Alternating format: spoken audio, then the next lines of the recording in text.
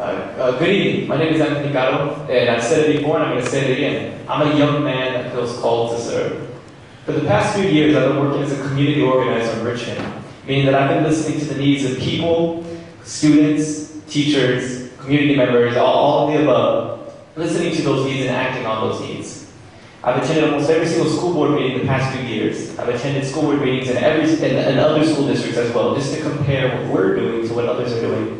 Likewise, I've attended school site council meetings in our district and in other districts. The reason that I'm running is because I feel that I could add energy, passion, and drive to this board, and I feel that that's something that we need. There's a lot of problems right now in our district, and I'm not saying I have all of the solutions, but I've been hearing solutions from people, and a lot of these people don't feel like they're being heard. And that's why I'm running. I'm running because I want to make sure the community has a voice on that board. Part of my campaign has been doing research into what other school districts have done and on what ideas we could be bringing to our district. So I don't want to reinvent the wheel. I just want to ensure that we're really providing the best education for our students by trying out the best methods. For example, suspension is a huge problem in this district. And I believe it's the Baltimore School District. As soon as a student gets suspended, they get assigned a mentor. And that mentor prevents future suspensions by giving that student the one-on-one attention that they need. It's by doing research like this that I'm hoping to better our school district to ensure that we're trying the best methods that we can for our students and teachers. Thank you. So for me, it's not a question about how many times, but whether this is a systemic issue or a personal issue. So for example, if you have a charter school and a teacher is caught sexually harassing a student, then that teacher needs to be dealt with. But if the charter school has a systematic problem where they're not having mandatory reporting or where they're not monitoring the situation the right way, then that charter school needs to be closed down because there's an issue with the way that they're running things. Going to the whole charter revocation thing, right now it's a shame to me that some of our charter schools are not underneath our own jurisdiction. So for example, last night the County Board of Education was hearing about the re-petition of Summit, the charter school. That's a school that's within our boundaries. Those students are using our tax dollars, but our school board does not have the say on whether they stay open or whether they close. That's the county. And to me, there needs to be serious reform because, again, our money, our students, our jurisdiction, we should be the ones to have the final say. Thank you. To me, the issue isn't to approve or disapprove a charter school. Parents send their students to charter schools because they don't feel comfortable sending their students to district schools. So the answer to me is we need to improve our district schools to the point where parents don't feel the need to send their students to a charter school. So the question was, how do we reinvest in our district schools to get there? I'm a big fan of small solutions that have big impacts. There's a lot of structural things that we can be doing that can have big impacts. So for example, this mother told me, she's a mother at a John Henry high school, and she told me that she sent her child to that charter school because she wants her child to go to college.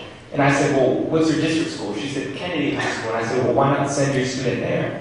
And she said, because they don't have a high rate of students going to college.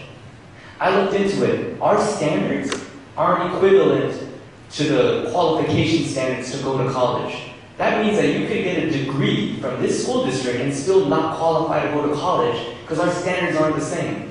How do we expect to put our students up for success when we're not even expecting them to get all the way there? So if we really, really want to close down charter schools, it starts with the parents. We need to get them comfortable going to our district schools. And in order to get them comfortable, we need to improve our district schools to the point where they don't need to send their students anymore. Thank you. So when I was in 6th grade, my dad said, what is your goal for this year? And I said, Dad, I want to get straight A's.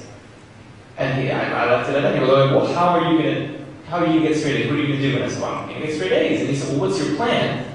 So I said, all right. Every day of the week, I'll study for this many hours. And over the weekends, I'll study this many hours. I'll limit TV hours to this many hours. And I got straight A's. But the point was, I had to come up with a plan to get there. I had to come up with a plan to get there. So I don't disagree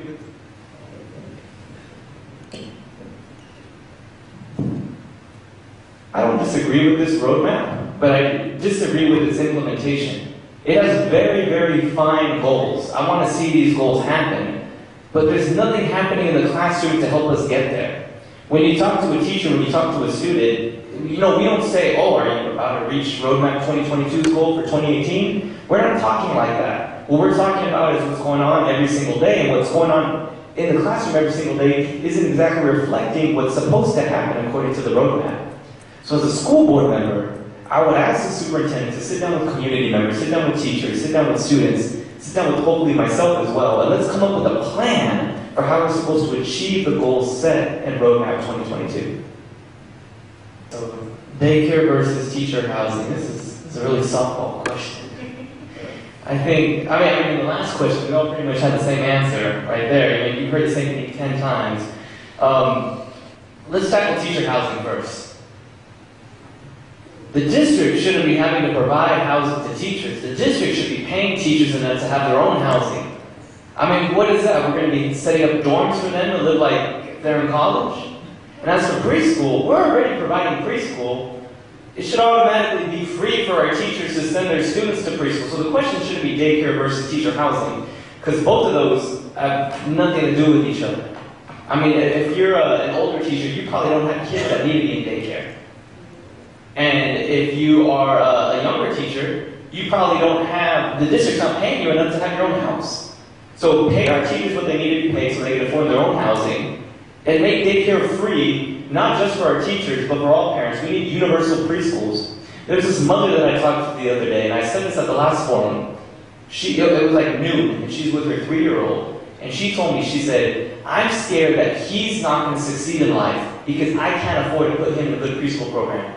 And I said, well, what's wrong with our preschools? She says they're all full. The only place I can send him to is a private preschool, and I can't afford it. So free preschools for all, and pay teachers what they need to be paid. My name's Anthony Gallo, and I'm running for West County School Board. I don't have all the answers, but I have answers. And these answers just haven't come from me in my mind. These answers have come to the people I've been talking to. Beyond my campaign, beyond these past few months, I'm talking about these past few years, I've been sitting down with students, teachers, and parents and asking, what do you need, and what do you want to see happen in the school board, in the school district as well? My problem is that too many of our school board members have just sat on their hands and passed by while all these issues are happening. Too many of our students are failing not because they're failing themselves, but because we're failing them.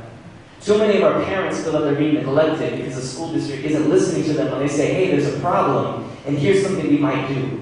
The reason why I'm running for school board is because I feel that we need somebody who's energetic, who's passionate, who's here in the community, and who knows how to be a good listener. That's why I'm running. Every weekend for the past few weekends, I've been door-to-door knocking. I've been phone calling. I've been out in the community. I've been listening. Now ask yourself, you have 3 votes for this school board. Who do you want to see on that school board? Who do you want to see up there fighting for your child or fighting for your community? And to be honest, I want to be that champion for you. But in order to do that, I need your votes. I don't just need your votes, I need your money. I need your donations.